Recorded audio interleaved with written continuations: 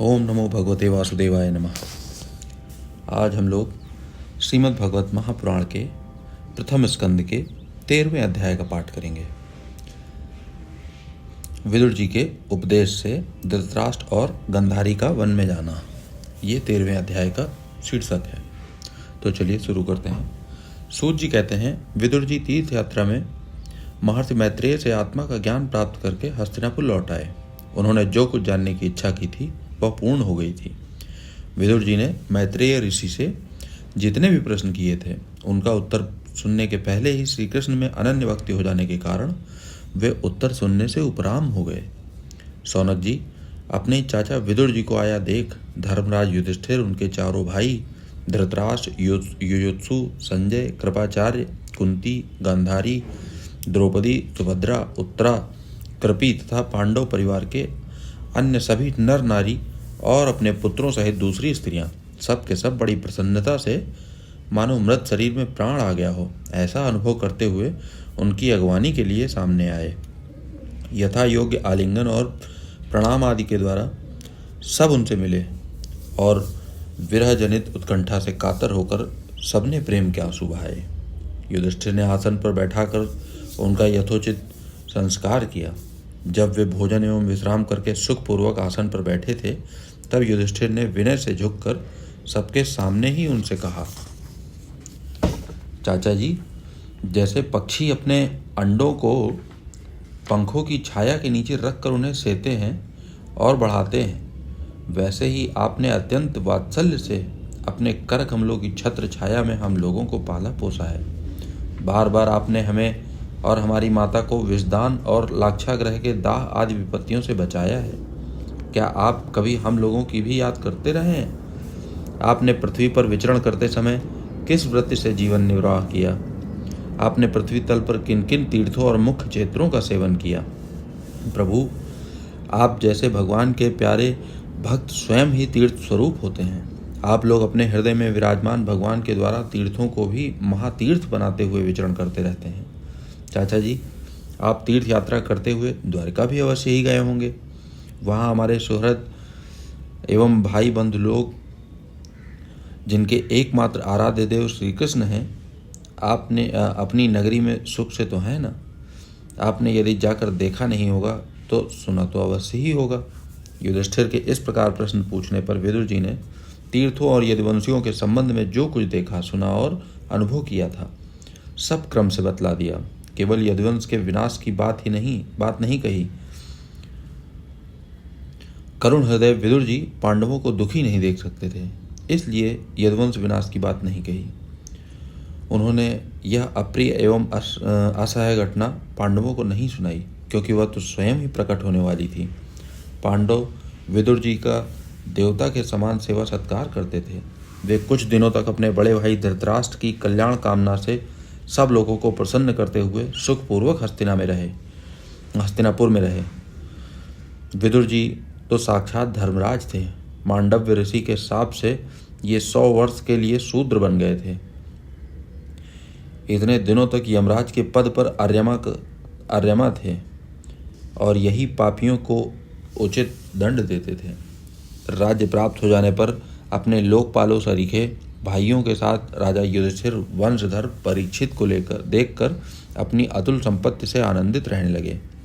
इस प्रकार पांडव गृहस्थ के काम धंधों में रम गए थे और उन्हीं के पीछे एक प्रकार से यह बात भूल गए कि अनजान में ही हमारा जीवन मृत्यु की ओर जा रहा है।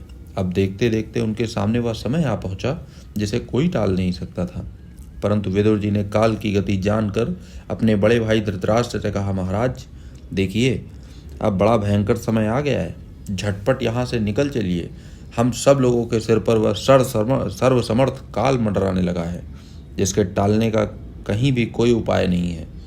काल के वशीभूत होकर जीव का अपने प्रियतम प्राणों से भी बात की बात में वियोग हो जाता है। फिर धन जन आदि दूसरी वस्तुओं की भी तो बात ही क्या। आपके चाचा, ताऊ, भाई, सगे संबंधी और पुत्र सभी मारे गए हैं। आपकी उम्र भी ढल चुकी है, शरीर बुढ़ापे का शिकार हो गया है। आप पराए घर में पड़े हुए हैं। ओह, इस प्राणी को जीवित रहने की कितनी प्रबल इच्छा होती है। इसी के कारण तो आप भीम का दिया हुआ टुकड़ा खाकर कुत्ते का सा जीवन बिता रहे हैं, जिनको आपने आग में जलाने की चेष्टा की थी, विष देकर मार डालना चाहा था, भरी सभा में जिनकी विवाहिता पत्नी को अपमानित किया था, जिनकी भूमि और धन छीन लिए थे, उन्हीं के अन्न से पले हुए प्राणों को रखने में क्या गौरव है। आपके अज्ञान की हद हो गई है कि आप भी जीना चाहते हैं, परंतु आपके चाहने से क्या होगा। पुराने वस्त्र की तरह बुढ़ापे से गला हुआ आपका शरीर आपके न चाहने पर भी क्षीण हुआ जा रहा है। अब इस शरीर से आपका कोई स्वार्थ सधने वाला नहीं है, इसमें फंसिए मत। इसकी ममता का बंधन काट डालिए। जो संसार के संबंधियों से अलग रहकर उनके अनजान में अपने शरीर का त्याग करता है, वही धीर कहा गया है, चाहे अपनी समझ से हो या दूसरों के समझाने से।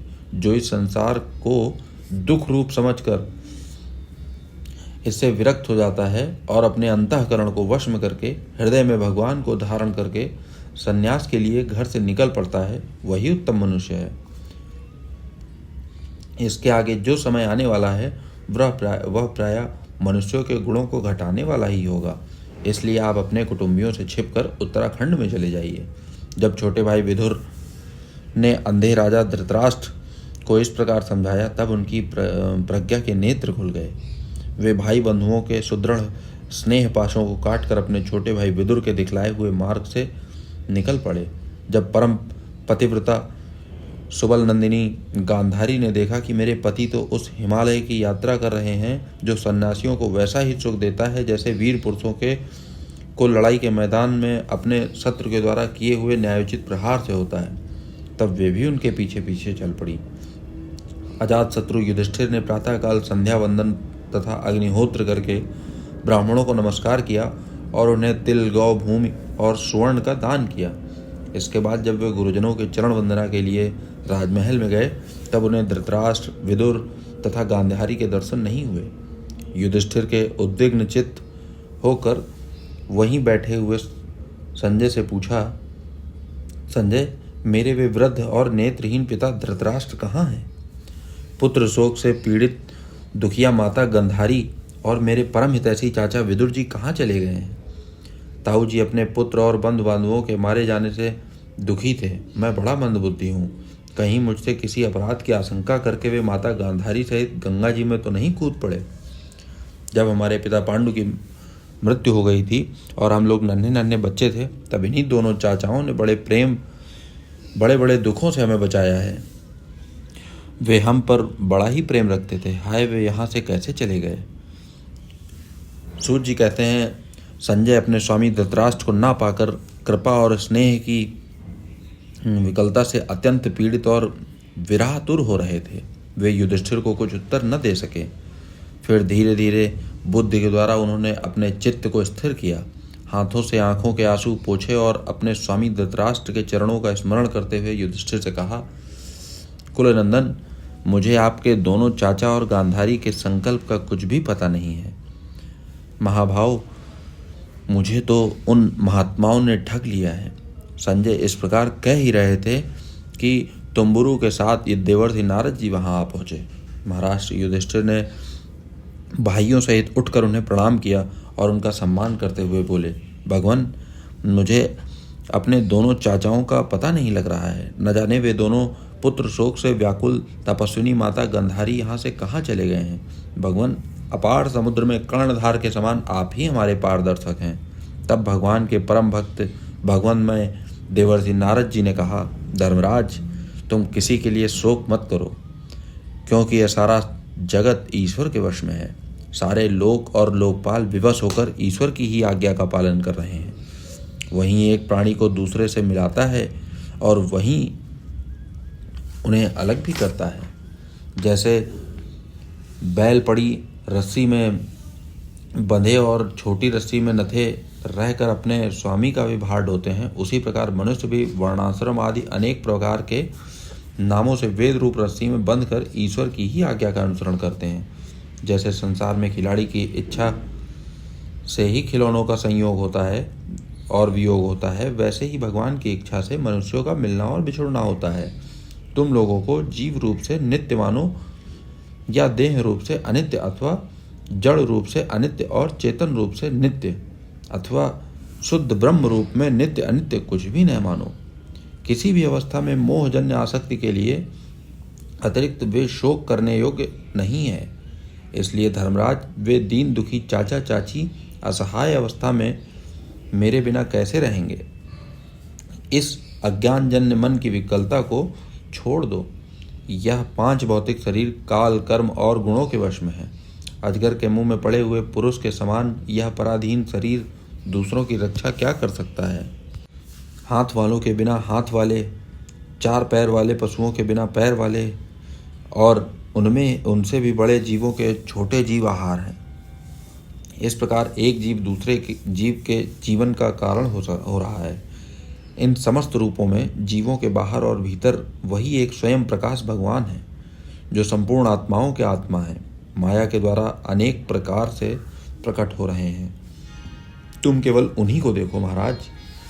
समस्त प्राणियों को जीवन दान देने वाले वे ही भगवान इस समय इस पृथ्वी तल पर देवद्रोहियों का नाश करने के लिए काल रूप से अवतीर्ण हुए हैं।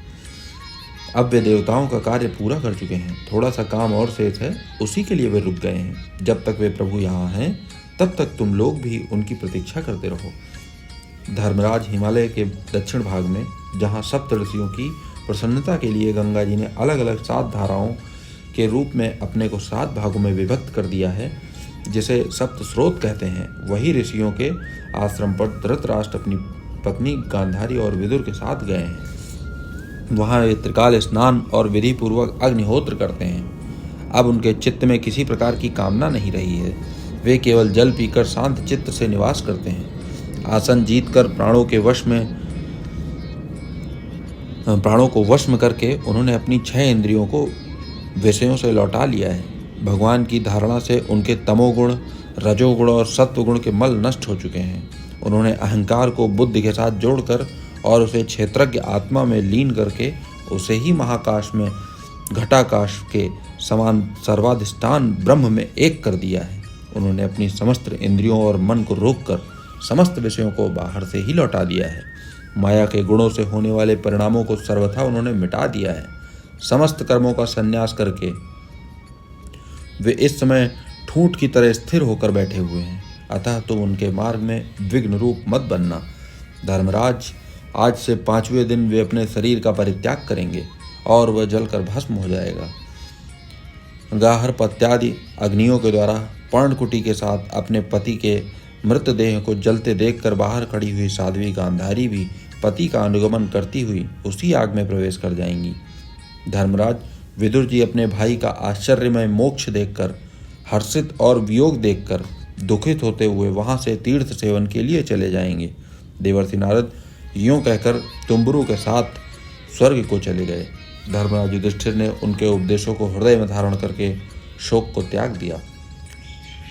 इति श्रीमद्भागवते महापुराणे परमहंसा संहितायां प्रथम स्कंदे नैमिषोपाख्याने 13 अध्यायः। इस प्रकार श्रीमद्भागवत महापुराण के प्रथम स्कंद के 13वें अध्याय का पाठ समाप्त होता है। बोलिए जय श्री कृष्ण।